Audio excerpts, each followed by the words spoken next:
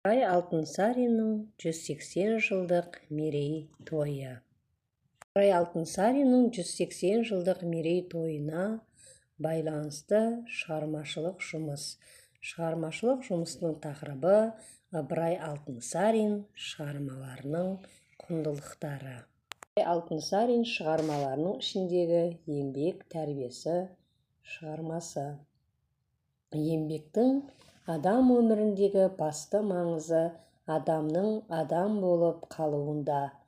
Үлкендер кішілерге айту арқылы еңбекке баулиды. Сонымен қатар әртүрлі көркем әдеби шығармалар да жас қауымды еңбекке шақырады.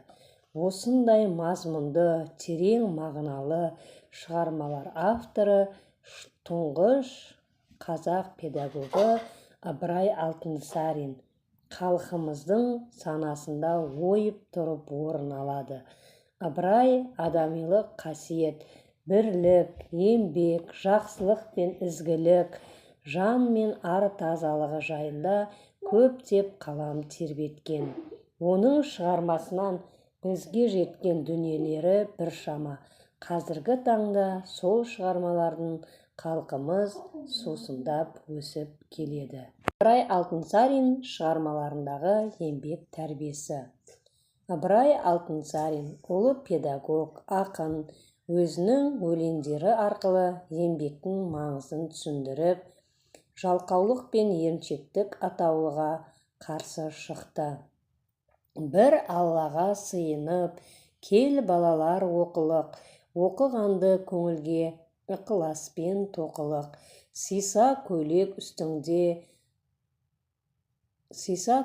үстіңде тоқу менен табылған, сауысқанның тамағы шоқу менен табылған, өнер білім бәрі де оқу менен табылған дей келе, Ыбырайдың ұғындыруынша оқу, өнер қиындықсыз оп-оңай түсер тегін нәрсе емес. Оған адамды төзімді күрес пен қажырлы еңбек арқылы ғана жете алады. Сауысқан екеш сауысқан да өз тамағын еңбектеніп шоқумен табады. Үстіне киер киімі де еңбек жемісі, ол да тоқумен табылған. Жалықпай ізденіп, ерінбей еңбек ету арқылы ғана өнерлі, бақытты болмақшы. Адамға еңбек ету парыз. Еңбексіз еш нәрсе өнбейді. Еңбек өмір кілті. Оқуға, өнерге жеткізетін де осы еңбек. Жазушы түсінігі бойынша әр адам өз еңбегімен күн көріп, кәсібін, өнерін жетілдіруге тиіс. Малын бағып, жерін өңдеп, саудасын жасап, бейбіт еңбек етсе ғана адам мұратына жетеді. Барымта, зорлық, ұрлық, адал адам түсер жол емес. Ондайдан аулақ болу керек. Жазушы өзінің өлеңдеріндегі сияқты әңгімелерінде де еңбекті негізгі мәселе деп көтереді. Адамды мұратқа жеткізетін ең бір құдіретті күш еңбек деп біледі. Қыпшақ Сейітқұл әңгімесінің негізгі түйіні елді отырықшылыққа, егіншілікке баулып, еңбекпен тапқан нанның қадіріне көз жеткізу. Сейітқұлдың барлық іс-әрекеті бірлік пен ынтымақты тірліктің тірегі деп көрсетеді. Оның елдің еріне нан тигізіп, жоқшылықтан құтқаруды, егіншілікті кәсіп етіп, еңбектені білуінен. Ыбырай шығармаларынан әрдайым осындай бір еңбек, өнер адамдарының үлгілі бейнелері мен кемеңгер жазушының келелі ой, даусыз қорытындылары көрініп тұрады. Және де Ыбырай Алтынсариннің бірнеше кітаптарын атап өтуге болады. Қазақ хрестоматиясында да еңбек тәрбиесі туралы жазылған шығармалары көп. Ыбырай Алтынсариннің әңгімелерінде де еңбек тәрбиесі өте үлкен орын алады. Асан мен Үсен, бай мен жарлы баласының еңбегі туралы да атап өтуге болады.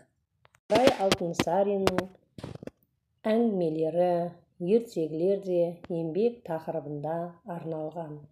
Өрмекші құмырсқа қарлығаш атты әңгімесі, бай мен жарлы баласы, дүние қалай етсең табылады, байлық, әке мен бала, асыл шөп, қыпшақ сейітқұл, киіз үй мен ағаш үй, тағы басқа әңгімелері өзінің өнегелігімен, образдылығымен ерекше мәнді, тәлім берер күші мол көркем шығармалардың бірі.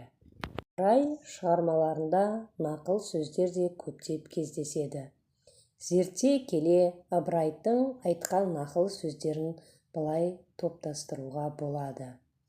Әке мен бала әңгімесінде аз жұмысты қиынсынсаң, көп жұмысқа тап боласың, азға қанағат қылмасаң, көптен құр қаласың деген нақыл сөздері кездеседі.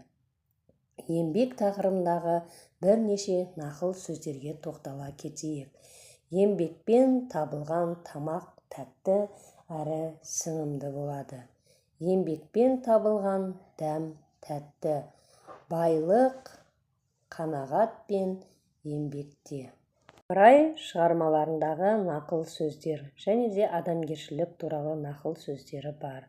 Алдыңа келсе, әділдігіңді аяма. Жақсы ой мен жақсы сөз жақсы істерге жетелейді. Әр нәрсенің сыртына қызықпа, асылы ішінде. Мына суретте көріп отырғандай, қашанда бір істі істегіңіз келсе, ол іске әуелі ақылыңызды, одан соң қолыңызды жұмылдырыңыз.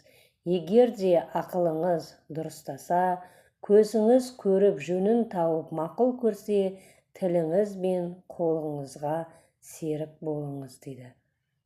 Мына сурет осы нақыл сөзге арналған.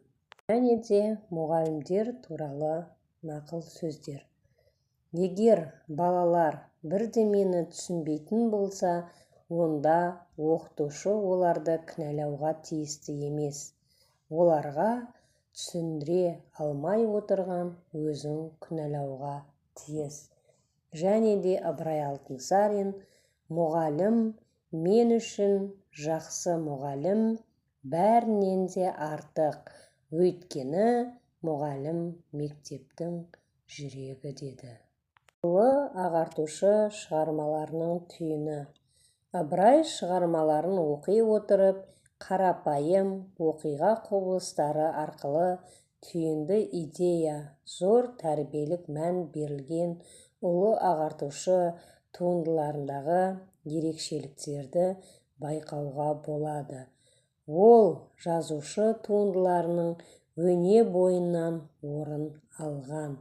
Олардың бірнешеуіне тоқталып өтсек, Атымтай Жомарт әңгімесінде бай бола тұрып, күн сайын бір мезгіл үстіне ескі құсқы киім киіп, отын кесіп, шөп тасып, еңбек қылған адам әрекетін әңгімелей отырып, оқырман үшін кейіпкер атымен сөйлей отырып, 4 түрлі пайдалы кеңес беріп өтуге болады.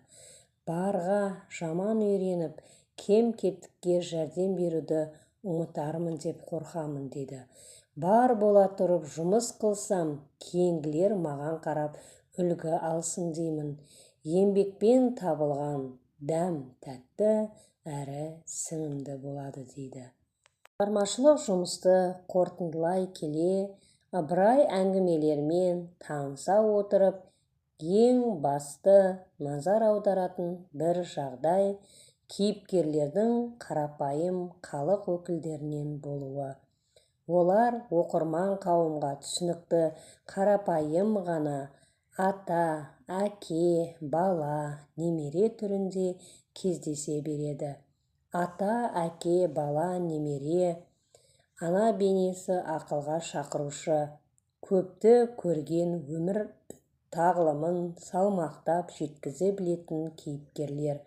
Қазіргі таңдағы интернет желісінен, теледидар арналарынан көрсетілетін зұлымдық ата-ана, тіпті кішкентай сәбилерге көрсетіліп жатқан қатыгездікті көргенде шынымен бізге Ыбырай шығармаларындағы қарапайым ғана тілмен жазылған адамгершілік қасиеттерінің жетіспегенін түсінуге болады. Ойланып қарасам, Ыбырай Алтынсариннің нақыл сөздерінің өмірлік мәні зор екен. Әсіресе мынадай заманда жастардың тура жолға түсуіне өмір туралы кеңес алуға да болады. Жалпы Ыбырайдың тек нақыл сөздері ғана емес, оның шығармашылығы да құндылықтарға толы. Шығармашылығының мәні терең. Әңгімелері, өлеңдері, нақыл сөздері маржан тастар жатқандай. Назарларыңызға рахмет. Сау болыңыздар.